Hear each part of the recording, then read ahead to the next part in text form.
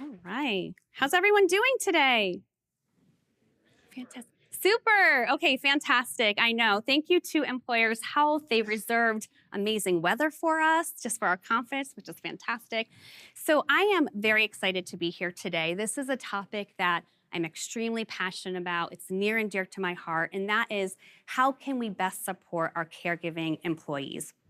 So, a quick bit about me just to kind of, explain why I'm so passionate about this topic. Well, as you heard, I am clinical director at Comsite Corporation. So, we live and breathe everyday employee wellness and taking care of course, every employee, but certainly caregivers and parents, which we're going to talk about today. But also in my 20 years of behavioral health work prior to ComPsych, you heard I was board certified. It's actually in geropsychology. So, working with older adults, caregivers, paid caregivers as well, and assisted living and rehab was part of my career previously to coming over to the EAP side of the business. So, very passionate about the work. I also was a personal caregiver. So I helped caregive for two of my grandparents, two grandmothers who, through the aging process, had physical issues, but also developed dementia. So I've been there and I've been in that caregiver role. And also, we're going to talk about caregivers quite broadly today. I'm a working mom. Parents are caregivers too. We just caregive for little people, right? So we want to be thinking about both today. So I have a 5 and a 7-year-old. So both on a professional level and on a personal level, this is such an important topic to me. And I wanted to start with this quote. I found this quote during my research and I thought it was so perfect. And this is from Rosalind Carter, former First Lady of the US. And she said, "There are only four kinds of people in this world: those who have been caregivers, those who are currently caregivers, those who will be caregivers, and those who will need caregivers. Caregiving is a universal." So, by a show of hands, if you feel comfortable, I just want folks to raise your hand if you've ever been in a caregiving role as a worker, as an employee, or you know a colleague at your organization who's currently a caregiver. So, go ahead and raise your hand. I would say it's hard to, there's definitely more hands up than not. It's not 100%, but it's most of us in this room today, which is certainly what I expect. And I don't even have to ask about parents. If I said, raise your hand if you've been a working parent or you know a working parent, I know everyone's going to raise their hand, right? So when we think about our caregivers for adults, our parents, it really is a critical workplace issue. This is something that's happening. We're going to see an increase in caregivers. And thinking about supporting our caregivers, our parents, isn't really something we can afford to ignore as an organization. Okay, so what are we going to talk about today? Well, we're going to start by defining caregivers, at least how I'm going to talk about them, right? Because I want to talk about it quite broadly today.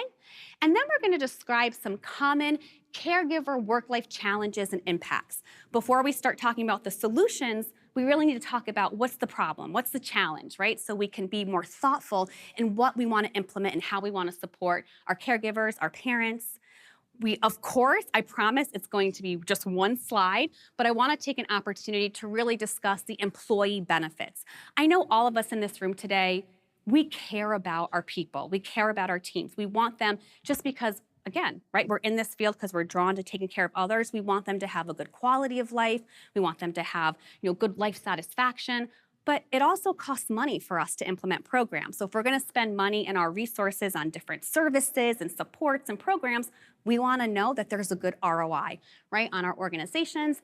And then, of course, a big part of the talk today is going to be really discussing all the various, employer resources, programs, benefits out there that you can consider, right, for your organization. Every organization's different in terms of how you can support your employees, the resources you have, the size of your organization, but hopefully you walk away with some good ideas on how you can support your caregivers after this talk. All right, so starting with definitions. So the first is we have family caregivers. And I think when most of us hear the term caregiver, we do think caregiver for an adult, right? But I want to define this today as a family caregiver because I want to talk about parents as well. And a family caregiver is really just a person who tends to the needs or concerns of an adult with short or long-term limitations due to illness, injury, or disability, right? It can be any adult. And when I say family caregiver, it could be your family of origin, it could be your biological family, but it's really your family of choice, right? So it's your community, someone you're taking care of that's an adult. It could be a neighbor, it could be someone from your congregation, but you're not a paid caregiver. You're doing this, right, as an informal family caregiver. And then we have parents, which again, a lot of times it's a biological parent, but it's really any legal guardian. So it's someone who's, standing in loco parentis, taking care of that minor. It could be a grandparent, it could be a step parent, but they're the person who's, living with that child and in charge of their welfare. So we have parents. And then, if you haven't heard this term already, you are going to start hearing this term, and that is something called the sandwich generation. Raise your hand if you've heard the term sandwich generation. Okay, most of you have, some of you haven't. I'll go ahead and explain it anyway. But the sandwich generation is just what it sounds like. You're sandwiched between caregiving for an older relative, loved one, a parent, and at the same time, you still have children at home. So now you have that double whammy of caregiver duties, right? And when we think about just the responsibility, the shared responsibility, competing responsibilities, it becomes that much harder when you have caregiving on both sides. So we're gonna talk a little bit about that today. All right, so I put this on here, and when I was doing my research, I found this great survey by Johns Hopkins Medical, and it says, are you a caregiver? And I wanted to talk about this today because we all have different, ideas in our mind when we hear the word caregiver and who's a caregiver and what it means to be a caregiver. There are 40 million Americans today who are caregiving for an adult, and believe it or not, most of them do not consider themselves caregivers. Why? Because a lot of the times the things that they're doing, maybe they're doing grocery shopping for a neighbor, right? Or they're taking mom or dad to their medical appointments, picking up their medications. It just seems like the right thing to do, to be a good son or daughter or neighbor or community member. However, when you're doing those things, it takes time, right? Of our schedule, that's pretty finite, right? That's the whole point. One of the hardest things about caregiving and parenting is that it's just competing responsibilities and only so many waking hours of the day. So whether you're doing these things for 5 hours a week or 30 hours a week, that's time where you're committing to caring for an adult. And so just asking yourself, if you haven't thought of yourself as a caregiver, not only is it if someone needs help bathing, dressing, right, getting out of bed, but are you, doing light housework? Are you taking someone to appointments? Are you helping them with groceries? Are you helping them with finance? Are you helping them pick up or manage their meds or talk to their doctors or advocate for them medically or helping with finances? If you're doing that for an adult, you are technically a caregiver. So I might have had more hands up if you think about it that way, right? All right, so just some statistics to put this into perspective. Why do we want to think about supporting our caregivers who are employees and parents who are employees? Well, as I said, 40 million Americans are currently providing care for an adult, whether it's family member, friend, someone else in the community, and 1 in every 6 employees is currently a caregiver, where they're trying to balance their work responsibilities and their caregiving responsibilities.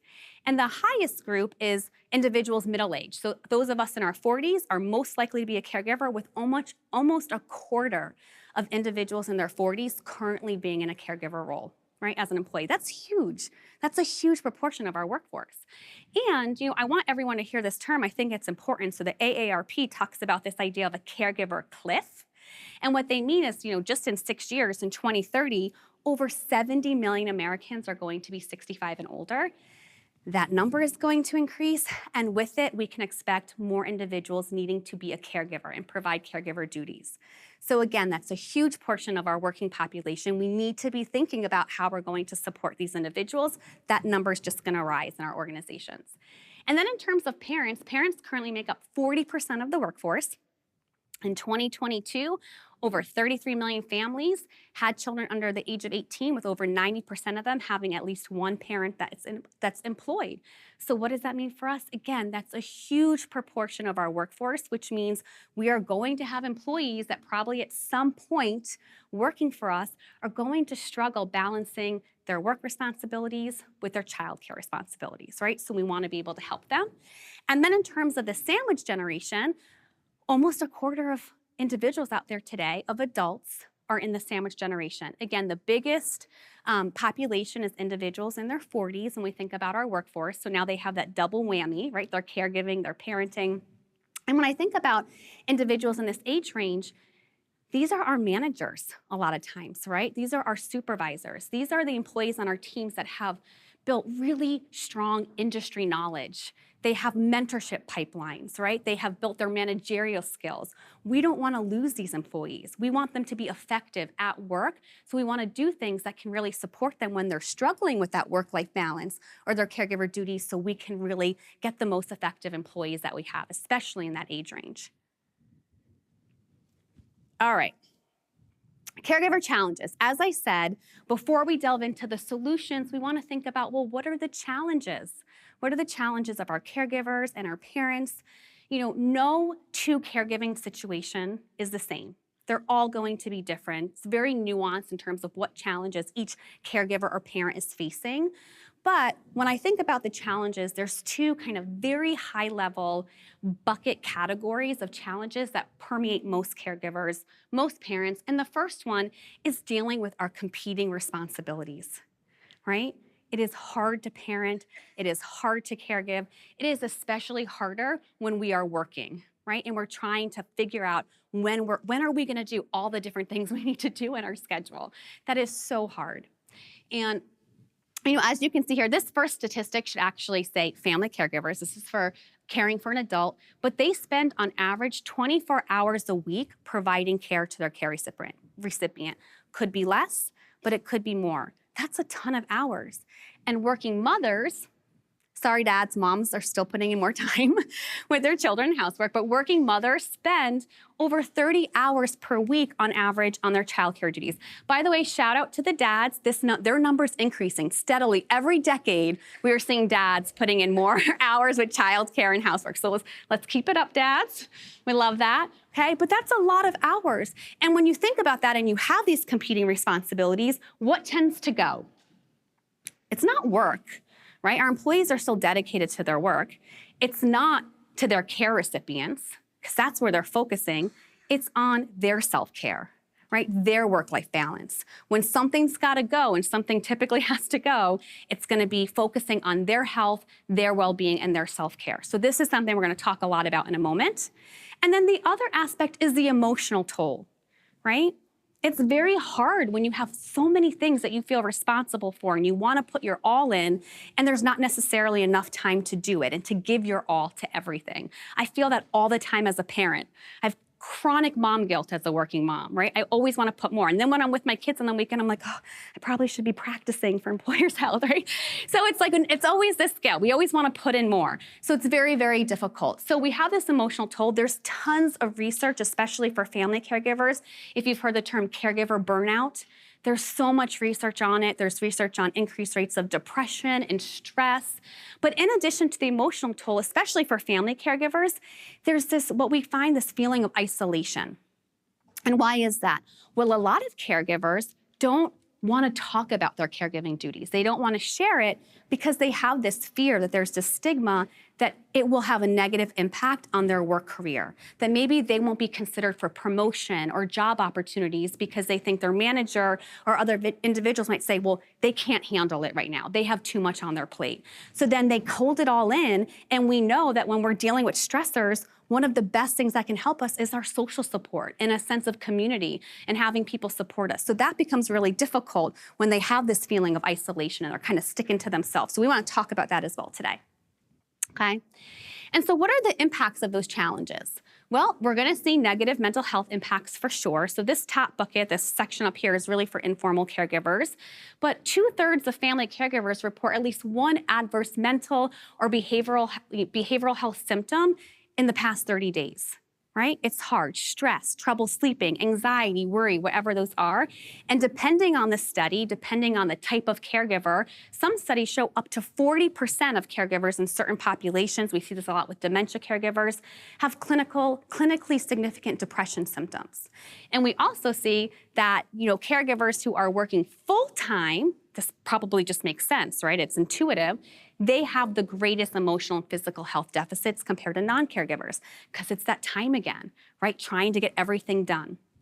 So that's really difficult. And what does this lead to? Well, exhaustion. For caregivers and parents, right? Caregivers and parents, they wake up earlier to get stuff done. They go to bed later to get stuff done. They're constantly multitasking to try to get everything done. So it leads us to being mentally, physically more exhausted, and we see increased health problems, right? So certainly the research shows for family caregivers, so caring for adults, those individuals are less likely to engage in their preventative health care. And because of that, because they're putting their own health to the side, we will also see higher rates of chronic health conditions, whether that's diabetes or heart disease, obesity. And I was like, is this true for parents? right? Do parents like kind of put their preventative health or their health to the side? I couldn't find anything research-based. It might be out there. I couldn't find it. But I will say anecdotally, and this is just TMI, this could be gross, but for me personally, I have been dealing with chronic postnasal drip for 2 years. And I'm like, I need to go to an ENT. This is so annoying. I need to go to an ENT. I still haven't gone, right?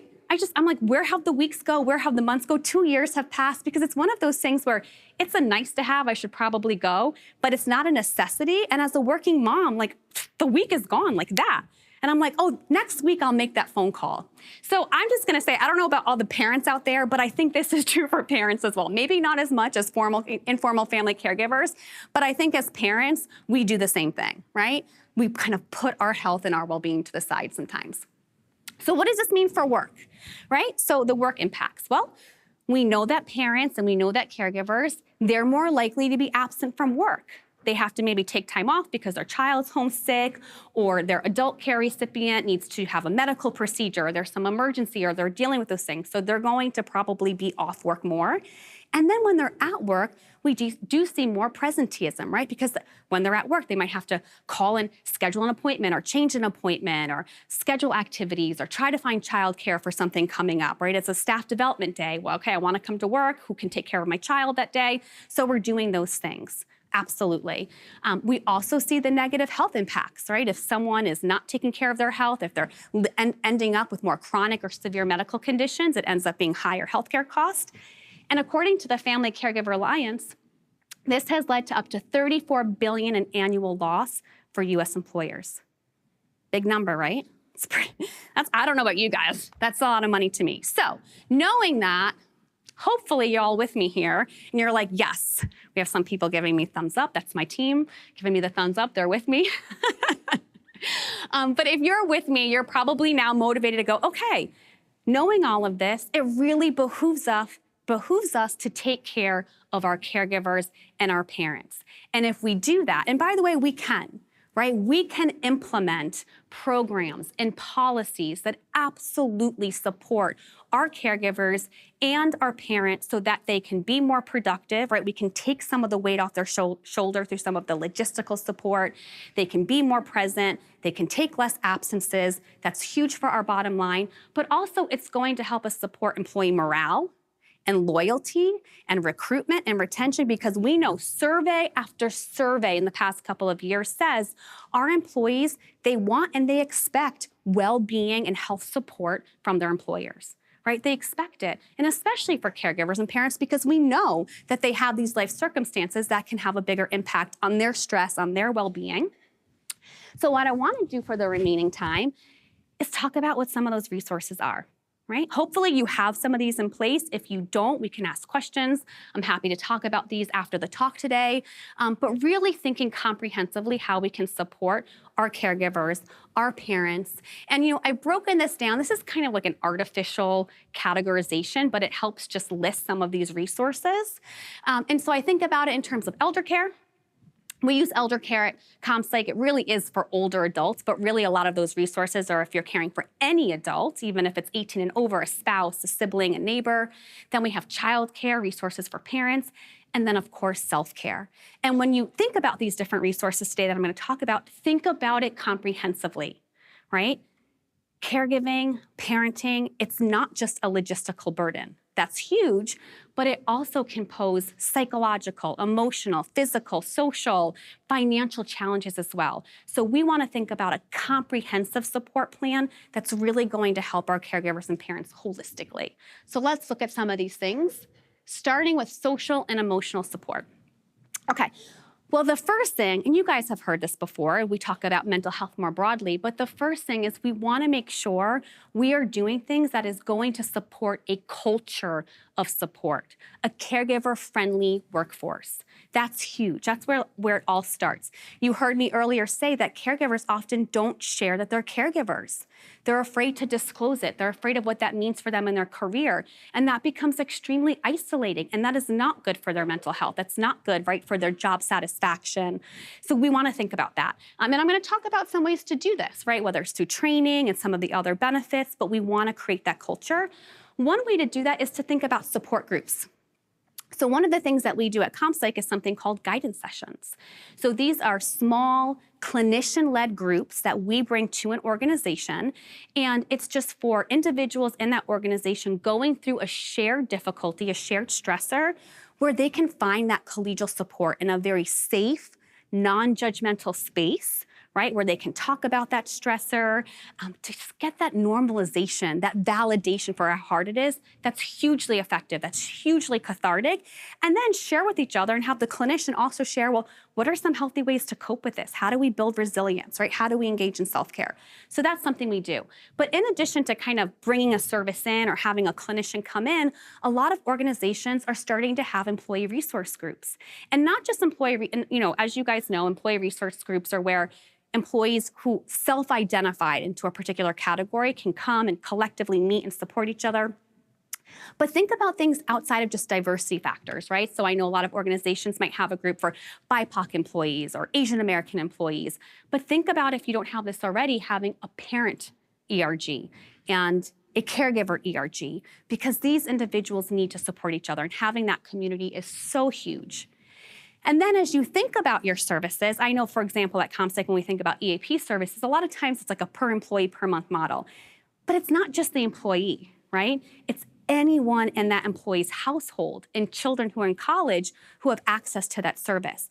And we want to communicate that. Make sure if you have that service, you're really sharing that it's not just for the employee, but we're here to help anyone in your household. We know, for example, that there's a mental health crisis for children and adolescents. So many parents are struggling with children or their teens who have depression or anxiety. And if we can get that child into service, right, and help them with their mental health, that's a huge help to the parent, right? Which now they need to cope with that, and having them have that support is really, really beneficial. Same is true for an adult care recipient. If you have someone that has a disability, that has a chronic illness, who's going through chronic pain, that's going to impact their emotional well-being. We can connect them to care. That's something that's going to help the caregiver, your employee. So we want to remember that. And then absolutely self-care, right? I've said this before, I'm going to say it again. Caregiving is hard.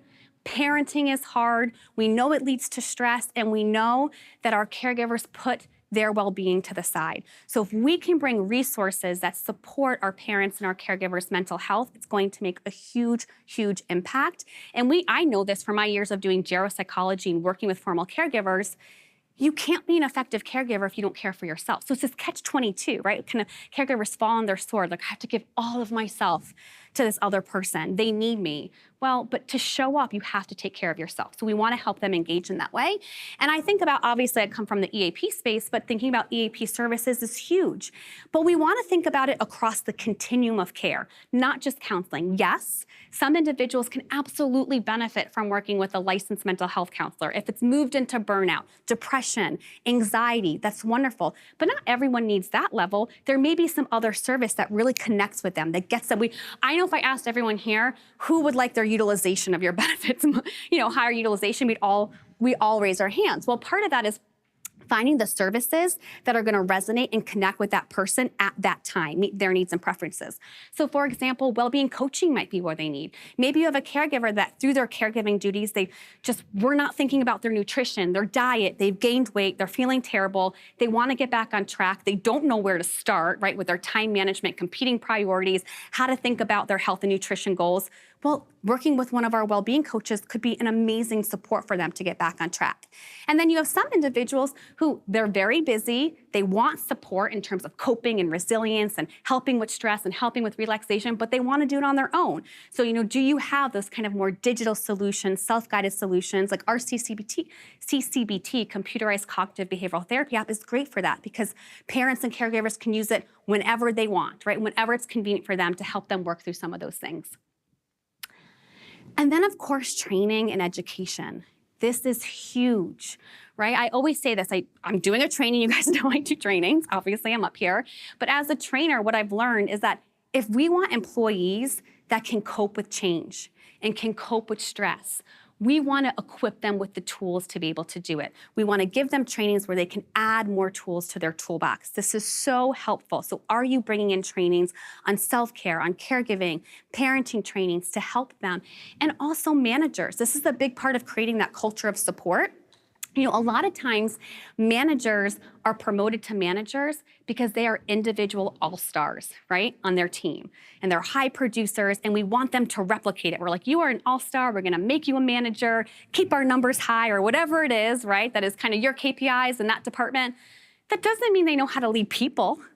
That doesn't mean they're comfortable talking about stress or helping their employees manage stress. That doesn't mean they have mental health awareness, right? So we have to train them if we want them to have those people leadership and support and healthy culture skills as well.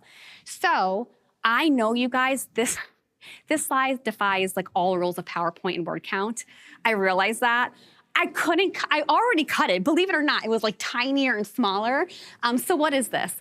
I took our training curriculum, our course catalog at ComPsych, our Learning and Organizational Excellence department, it's our training department, and I was going through and I was like, what titles, what topics would be good for my talk today? Supporting parents, supporting caregivers, self-care managers. And these are just some of the titles. And I just couldn't, I was like, I can't cut any of these. They're so good. But thinking about, elder care, talking about the tough subjects with your parents, right? When it's time maybe for mom or dad not to drive anymore. That's heartbreaking. That's so hard for people to do, right? So helping to give them those skills. If a loved one is diagnosed with dementia or Alzheimer's, supporting others through end of life, caring from a distance. When we think about parents, right? Parental burnout, how to overcome challenges and thrive through parenthood. There's no such thing as a perfect parent. I want to attend this one. I'm like, what is that? I'm like, I haven't. I'm like, I need to attend this for my own organization. Parenting a child with special needs, the successful parent, even, very timely specific topics. We're constantly developing new topics. So, talking to kids about violent events with widespread media coverage, kids in the internet, becoming a cyber savvy parent. Imagine bringing these to your organization. It's so helpful. And obviously self-care, right? So talking about resiliency, stress management, self-care strategies, balancing work and life, learning to relax, and of course for managers, right? How to support employee well-being, how to create a psychologically safe workplace, how to manage staff through stress, mental health awareness for leader, self-care tips for leaders. These things are huge, right? And the list goes on and on. Are you bringing this to your employees to upskill them so that they can cope better, especially our parents and our caregivers, right? They need this. Okay, so logistical, let's move on to some logistical things we can do.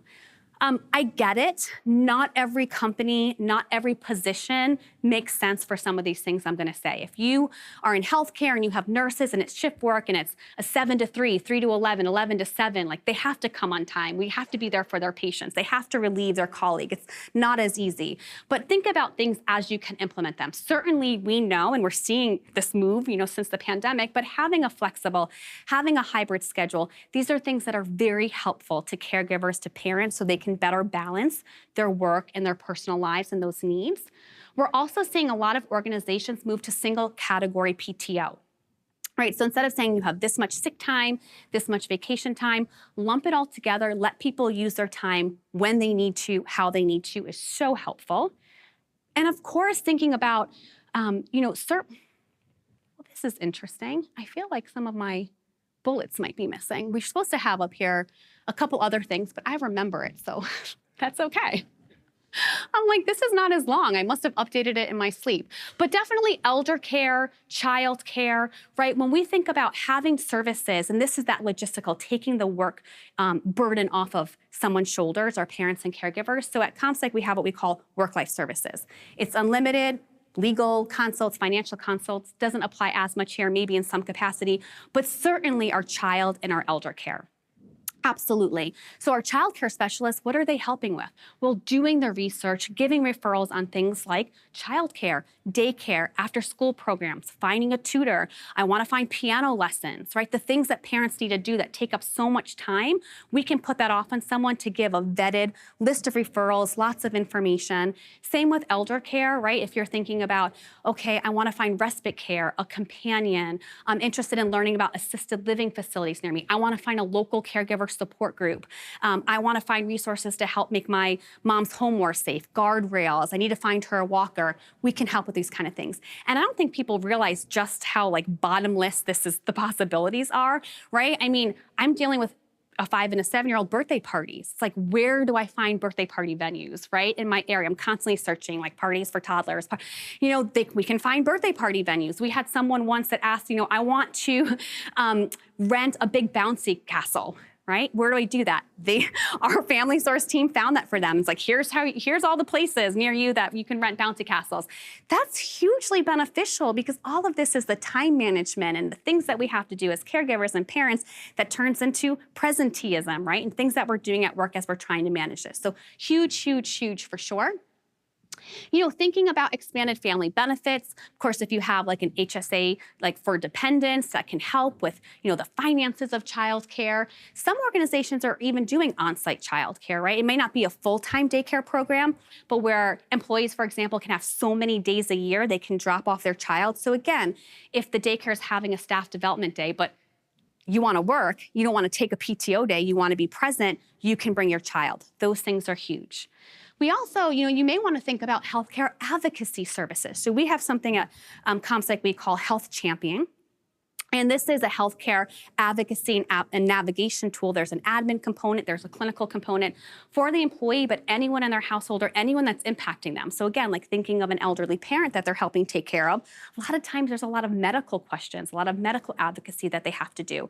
So in Health Champion, they help people understand their health benefits in their plan. If they have to, appeal a claims that came in, they can help them through that process. They also have access clinically to registered nurses, really sharp nurses, so they can ask basic medical questions that they're like, my mom was having these symptoms. Do you think I should, is this a cardiologist? Is it a pulmonologist? Like, what do I need to do? They can help them prepare for doctor's visits. So just again, something that can help logistically take off that burden. And then thinking about on-site well-being services. So this is logistical as well. We are seeing more and more organizations move to having on-site services, which can be a game changer for parents and caregiver because it's so hard. Maybe they want to work on their health. Maybe they want to go to the gym, but where's the time in that, right? I always say I love going to the gym. If I get to the gym 2 days a week, I'm like, yes, this was a successful week, right? As a working mom, it's really hard. So we see organizations putting gyms. They might be bringing a yoga instructor, maybe, from 7:30 to 8, one day a week, they have yoga so people can come. It's right on site. They can integrate that. Maybe they have a specialist, an expert doing mindfulness meditations once a week during lunchtime. So bringing things to the organization can be so helpful. And I've never seen this in EAP. We are seeing, really since the pandemic, a huge increase in interest in dedicated on-site counselors. So many organizations are saying, we want to support mental health. It's a huge pillar of our well-being strategy. We want to reduce mental health stigma. We want to increase access. So we're going to bring the counselor to our organization to make it really easy. Someone can take their lunch at 2 o'clock. They get to go to their therapy appointment. They don't have to do it out of work. So if that's been an access barrier to them, I just don't have time. I have to go home. I have to pick up my kids. Now they have access. So that could be really helpful. And the same is true for work-life specialists.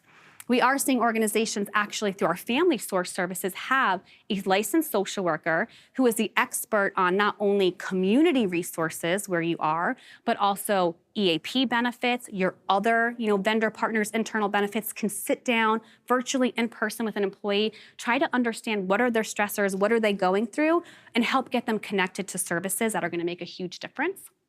And really any on-site clinic, right? We know that there's an issue with getting to those preventative care visits. So if you can bring a flu clinic, blood pressure screenings, those type of things, if you have those opportunities, that's going to help people take care of their health as well. And I'm watching the time. Okay, I have enough time too. I did say think about expanded telehealth options. I say this with a caveat. So I always think about access. Parents and caregivers, time is of the essence. So obviously if we're reducing commute, hopefully that can reduce the barrier to people accessing care. But I do want to say, and I do want to caution moving all the way over to just digital solutions, because we've seen the pendulum completely swing back to most people wanting in-person counseling. But what they want, interestingly, is hybrid. So we get calls, and over 70% of people want in-person, but they want a local provider in their community who they can see in person, but they also want to know that that counselor provides telehealth. So this way, if it's just not a good week, if they're busy, if time is not going to work out, they can still see that person and they can do it via telehealth. So we're seeing that as well. All right, I have 2 more slides and then we'll open up to Q&A. So we're really good here. Okay, paid family medical leave. This is another slide. I know it defies the laws of PowerPoint. There's way too many words on here. That's only because, caveat, this is not my expertise. But I decided, I was telling Rochelle, I'm like, I can't do this talk and not talk about paid family medical leave. So I don't know if you guys know this about ComPsych, but we have our behavioral health side. That's what I think a lot of people know us for in our behavioral health. But we also have a whole absence management side. So I asked one of my absence management colleagues to give me a crash course in today, so I have enough knowledge just to be dangerous on paid family medical leave. And the reason I want to talk about it is a very hot topic. This is in the news all the time. It's in Biden's Build Back Better plan. It's constantly in the State of the Union, right? And it's hugely, wildly popular. 85% of Americans are in favor of paid family medical leave. However, fun fact, this is why I have to look up here for the facts. But the US is just 1 in 7 countries, 1 in 7 that does not have guaranteed paid maternity leave. And we're not talking like first world versus third world. This is every country in the world, and the other 6 are just tiny islands, right? That's crazy, right? And especially since it's so popular, but for whatever reason, the Senate can't get it over, can't get it through and over the finish line. So what has happened? States have taken it into their own hand. So right now we have 12 states, including Washington, D.C., that offer paid family medical leave. So we can have that parental bonding. People can take care of their family members. You can look up here and see if any of the states are here, and we know that more states are coming down the pipeline in 2025, 2026. And in addition to states, individual employers are offering paid family medical leave as well and maternal leave.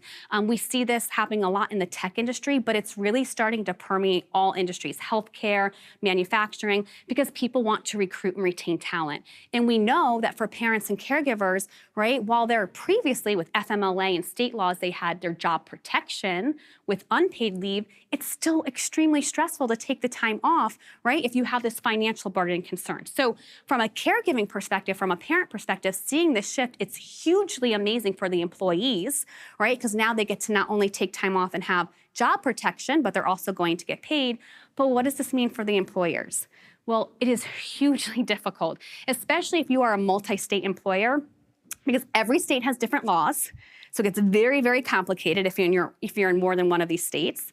And because it's so new, the states aren't even sure how to do this well yet, right? So I just encourage you, if you are in these states, if it's been really difficult for you, consider partnering with an absence management, right, partner that can do the administrative work, that can make sure you're in compliance. And this leaves your HR and your benefits team really able to focus on other initiatives that can support your caregivers, support your parents, and also allows them access, right, if they need some of that consultation for complex cases. If anyone has questions on this, I will try to answer it. If I can't, I will be happy to connect you what I fondly call our absence management nerds on the other side of the business, because they just know everything about it and they just dig into the details.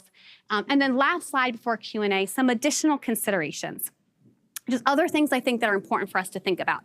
The first is consider consolidating vendors and having a single entry point for service connection, right? When we think about wanting to increase utilization, we have so many kind of point solutions out there today, so many different products, so many different vendors. On the one hand, as a clinical psychologist, I'm like, yes, I love how mental health has taken off and how there's just so many resources being developed for people to work on their well-being. But I've heard from all of my benefits colleagues, they're like, oh my gosh, it's becoming too much. It's so hard to manage all of these different vendors, trying to communicate it, trying to explain it to our employees. Well, imagine if you're the employee and if you're a parent or a caregiver that doesn't have time to begin with, you don't have time to like dig around multiple sites, download 5 different apps and figure out what they're for and how they work, right? And what number to call and what website to go to. So if you can consolidate, it's going to make it easier for everyone. That's always why at ComPsych, we really think about it holistically, right? It's like, I don't want to call it one-stop shopping. It's not shopping. That's not right. But it's like what do I call it, right? But it's one place to go, whether you have one phone number, one website if you want to book appointments online, if you want to self-service, it's one site. So whether it's EAP counseling, coaching, downloading the CCBT app, a lot of other companies, they outsource their work life, right? So you have to call a different number, go to a different location to get your legal consult or your financial consult or your elder care or child care, right? So that's really important to think about how can we make it so easy for folks to get connected to care. That's what's going to obviously help improve some utilization. train your frontline managers, not just on that supportive culture and leadership skills that I talked about, right? But on your well-being benefits. Managers are really, they're often the first line to see when an employee's struggling. They're the first one to notice it. And if they notice it and they know the benefits that they can offer and explain, they're going to be huge drivers of promoting resources that can help your caregivers and your parents. So we want them trained on that. And if you can, give managers discretion to support their team members. Again, it's not always the case that this can happen in every organization or job, but for me at CompPsych, my team, my full-time clinicians who are salaried exempt employees, HR says they work 40-hour a week minimum, we're happy, you figure it out. So my team knows, hey, if you have to take your kids to a 6-month dental appointment and you normally clock in at 8, but you can't until 11 today, if you want to work, 3 9-hour days and save your PTO, I'm cool with that. Let's work it out.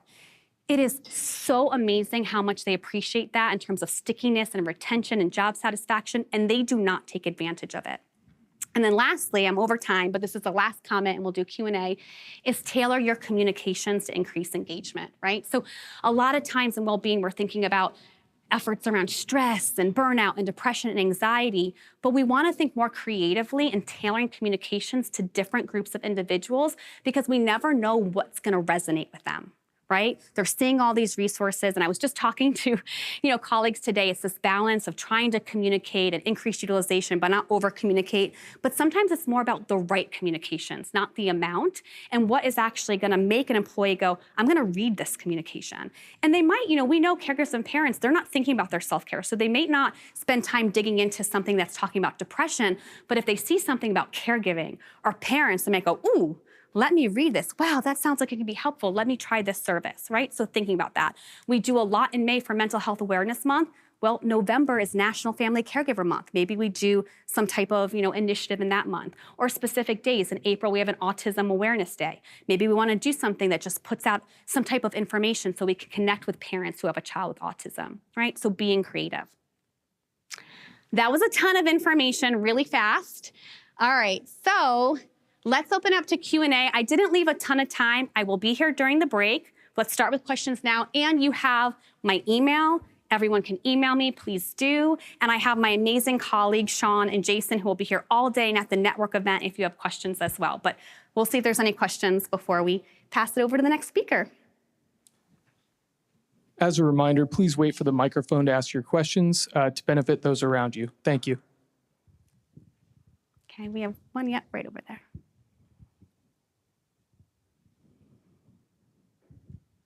Thank you very much. Really great advice for those of us who are in it. But if you have been or are currently doing the role of a caregiver, you think about what could I have done to either prevent this or at least prepare for it. Do you see employers as having a role in helping and being more proactive with their employees to help them prepare? And if so, what solutions might you give an employer to help address that? Awesome. I love that topic. I've been asked to repeat it for those watching via the webinar later recording. So the question is, is there more we can do to prepare for these caregiving roles, for maybe some parental stressors? And if there is, what can the employer do? Or are they responsible for it? And I think, that's a kind of a loaded question. Are we responsible? I think anything we can do to help our employees improve their well-being, right, their work-life balance, it's going to help our employees. It benefits us. They're going to stick with us. They're going to be more loyal. And hopefully we can combat some of the productivity issues and absenteeism issues that might occur from it.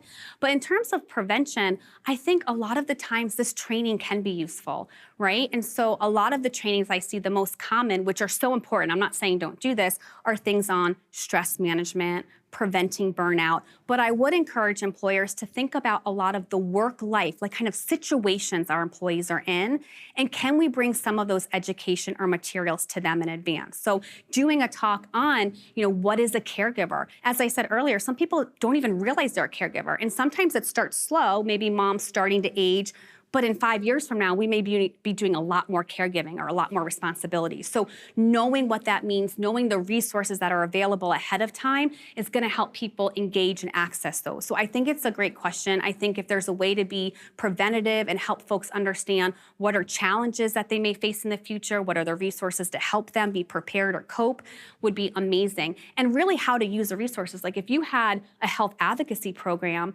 getting folks thinking about, well, it's not necessarily just for your own medical benefits. You know you can use this if you have questions about your mom's medical benefits, if you're helping them as well. So really doing that training on how can you get the most out of the benefits we have? Great question. Thank you. Did I answer it?